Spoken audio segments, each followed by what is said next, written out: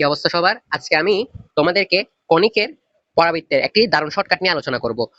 এমসিকিউর মধ্যে যখন পরাবৃত্তের শীর্ষ বা অক্ষের সমীকরণ নির্ণয় করতে বলে, অনেকে কিন্তু ট্রেডিশনাল নিয়মে যেভাবে আমরা সিকিউতে করে থাকি ওরকম নিয়মে সলভ করতে গিয়ে ব্যাপক টাইম ফেলাই।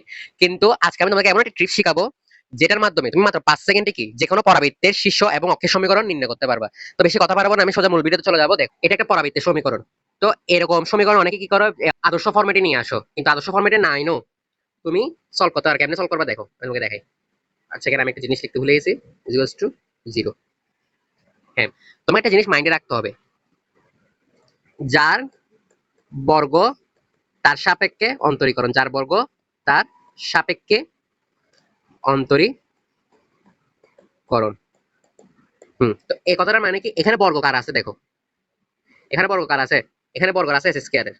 হ্যাঁ, তাহলে এক্স এর উপর কি, এক্স হচ্ছে এখানে দ্বিঘাত সমীকরণের, মানে এখানে এক্স স্কয়ার আছে, এখানে দ্বিঘাত সমীকরণ দেওয়া আছে, এখানে বর্গ আছে কার উপর, এক্স এর উপরে। তাহলে আমাদের এই পুরো সমীকরণটাকে কিসের সাহায্যে অন্তরীকরণ করতে হবে?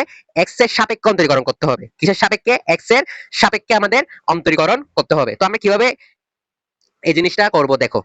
আমরা তো সবাই অন্তরীকরণ জানি, আমি ধরে রাখছি সবাই অন্তরীকরণ জানো।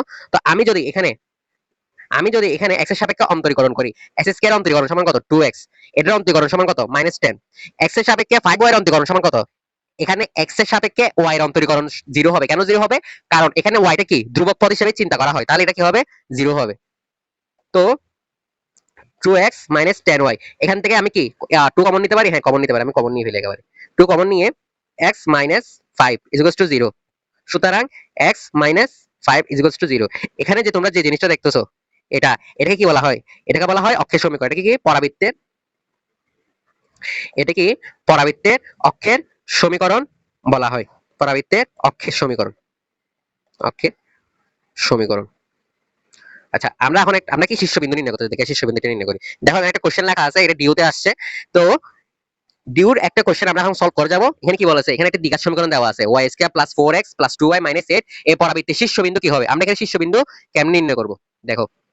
ফার্স্ট অফ অল আমি কি বলছি, যার উপর বর্গ থাকবে তার সাপেক্ষে অন্তরীকরণ করতে হবে। যার উপর বর্গ থাকবে তার সাপেক্ষে কি করতে হবে, অন্তরীকরণ করতে হবে।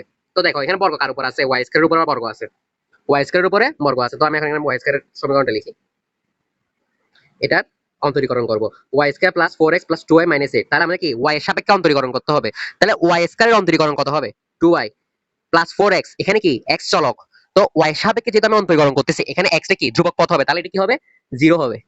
তারপর +2y এর অন্তরীকরণ কত, +2 হবে। -8 কি এখানে ধ্রুবক পদ, তাই এটা অন্তরীকরণ কত হবে, 0 হবে। তো 2y + 2 = 0। তো এখান থেকে আমি y এর মান বের করে ফেলি। y এর মান বের করার পর কত আসে, y এর মান বের করার পর আসে আমার -1। তো এখান থেকে -1 কি হলো, তোমার শীর্ষবিন্দু y এর মান বের করে ফেললাম আমরা। শীর্ষবিন্দু y এর মান বের করে ফেললাম। এখন x এর মান বের করতে পারবো। x এর মান কোথায়, কেমনে বের করব? x এর মান আমরা কেমনে বের করব? x এর মান বের করব, এখানে যে সমীকরণটা আছে এই সমীকরণে আমি y এর মানটা বসাই দেব। তো এখানে y এর মানটা আমি বসাই দিই, -y² + 4x + 2 * -1 - 8 = 0। তো এখানে 1 + 4x - 2 - 8 = 0। তো এখানে কত আসে তোমার, -2 - 10 - 9। তো +4x = 9, সুতরাং x সমান 9/4। x সমান 9/4। তাহলে শীর্ষবিন্দু কত? তাহলে শীর্ষবিন্দু হবে এই এই পরাবৃত্তের শীর্ষবিন্দু 9/4 - 1। তো এভাবে আমরা খুব ইজিলি যেকোনো পরাবৃত্তের শীর্ষবিন্দু এবং অক্ষের সমীকরণ খুব সহজেই নির্ণয় করতে পারি। তো ভিডিও একটু পর্যন্ত সবাই লাইক দিয়ে সাবস্ক্রাইব করে আমাদের চ্যানেলকে ফলো করে রাখো। ধন্যবাদ।